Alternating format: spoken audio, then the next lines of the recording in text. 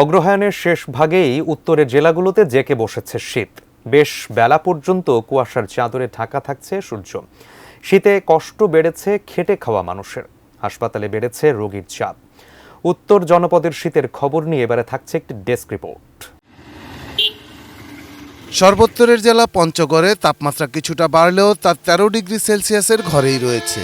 মঙ্গলবার সকাল 6টায় জেলায় সর্বনিম্ন তাপমাত্রা ছিল তেঁতুলিয়ায় 13.8 ডিগ্রি সেলসিয়াস। আগের দিন যা ছিল 10.9 ডিগ্রি। তবে হিমালয় থেকে নেমে আসা কনকনে ঠান্ডা বাতাসের কারণে 13 ডিগ্রির শীত অনুভূত হয় 10 ডিগ্রির মতোই। শীতের জন্য আমরা কোনো কাজ করতে পারতেছি না, ইনকাম হয় না, কি করে খাবো? নওগাঁয় তাপমাত্রা 13.1 ডিগ্রি সেলসিয়াসে নেমেছে। দুপুরের দিকে কিছু সময়ের জন্য রোদের দেখা মেলে স্বস্তি। খুব ঠান্ডা, কাজকাম করা যায় না। বিছুনের ধান মরে গেছে। নীলফামারীতে সর্বনিম্ন তাপমাত্রা 14.5 ডিগ্রি সেলসিয়াস। জেলা প্রশাসন জানিয়েছে শীতার্তদের জন্য 1200 কম্বল ও নগদ অর্থ বরাদ্দ মিলেছে। এদিকে ঘন কুয়াশার কারণে ঢাকা থেকে সকালের ফ্লাইটগুলো দেরিতে ছাড়ায় সেগুলো সৈয়দপুর বিমানবন্দরে পৌঁছাচ্ছেও কয়েক ঘন্টা দেরিতে। Double million offer Walton fridge কিনে পেতে পারেন 20 লক্ষ টাকা, রয়েছে কোটি কোটি টাকার নিশ্চিত উপহার। রংপুরে সর্বনিম্ন তাপমাত্রা 15 ডিগ্রির ঘরে। প্রচণ্ড কুয়াশায় রাস্তাঘাটে মানুষ ও যানবাহনের দেখা মিলছে না বেলা পর্যন্ত। গ্রামীণ জনপদ, বিশেষ করে চরাঞ্চলের মানুষ আছে বেশি কষ্টে। গতকালও প্রচুর ঠান্ডা গেছে, আজকেও প্রচুর ঠান্ডা, তাই আমরা মাঠে যেতে পারিনি। এইভাবে ঠান্ডা পড়লে আমরা কি করব? গরিব মানুষ কোথায় যাব?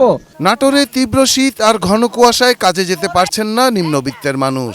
আয় রোজগার কমে যাওয়ায় কষ্ট বেড়েছে তাদের। এদিকে শীত বাড়ার সঙ্গে সঙ্গে হাসপাতালে বেড়েছে শীতজনিত রোগী। পাবনা জেনারেল হাসপাতালে শয্যা সংখ্যার কয়েক গুণ রোগী ভর্তি রয়েছে। বেশিরভাগই ডায়রিয়া, নিউমোনিয়া ও ঠান্ডা জ্বরে আক্রান্ত। ভর্তি করে রাখি, বলতেছে ডাক্তার আসলে। কাল দুপুরে আসছিল আর আসেই নাই ডাক্তার। রাজশাহী মেডিকেল কলেজ হাসপাতালে প্রতিদিন গড়ে 100 জন রোগী ঠান্ডাজনিত সমস্যা নিয়ে আসছেন। বেশিরভাগই শিশু ও বয়োবৃদ্ধ। এই সময়টাই শিশু এবং বয়স্ক এবং নানা বয়সী রোগের শীতকালীন বিভিন্ন উপসর্গ নিয়ে আসে। কুসুম গরম পানি তারা ব্যবহার করতে যাওয়ার একটা প্রবণতা থাকে। সেই পানি ব্যবহার করতে গিয়ে কিন্তু নানা রকমের দুর্ঘটনা ঘটে, তাই পানিতে পড়ে যাওয়া কিছু রোগী আমরা পাচ্ছি। ঠাকুরগাঁও জেনারেল হাসপাতালে শীতজনিত রোগে প্রতিদিন 50 থেকে 60 জন ভর্তি হচ্ছেন। আবহাওয়ার পরিবর্তনজনিত এসব রোগ থেকে বাঁচতে সতর্ক থাকার পরামর্শ চিকিৎসকদের। Shahidul Rana, desk report, ATN news.